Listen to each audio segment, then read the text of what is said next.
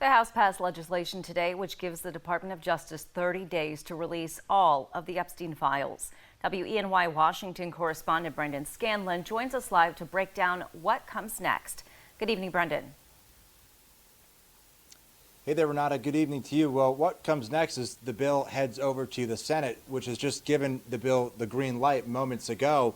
So again, this comes after the bill's passage in the House earlier today with overwhelming bipartisan support a few hours after some Epstein survivors and family members of victims spoke on Capitol Hill this morning, urging the House to pass the measure. For months, President Trump has criticized using this legislative method via what's called a discharge petition to release those files related to the late convicted sex offender. But once President Trump said he would sign the legislation and signaled support for it, so did Republicans, especially in the House, who previously dismissed the method as a distraction. Now, if President Trump signs it, the Department of Justice would have 1 month, 30 days, to release those files.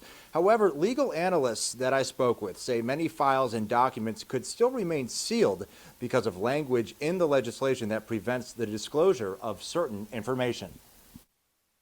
Which I'm sure will be used. One is ongoing criminal investigations. Even though no one has talked about those, they could say that there are. National security. So, if heavy political hitters are involved, they may invoke national security to prevent them from being embarrassed, but it wouldn't really be for national security. But all these things are hard to pierce, and you don't know if they're being honest or not.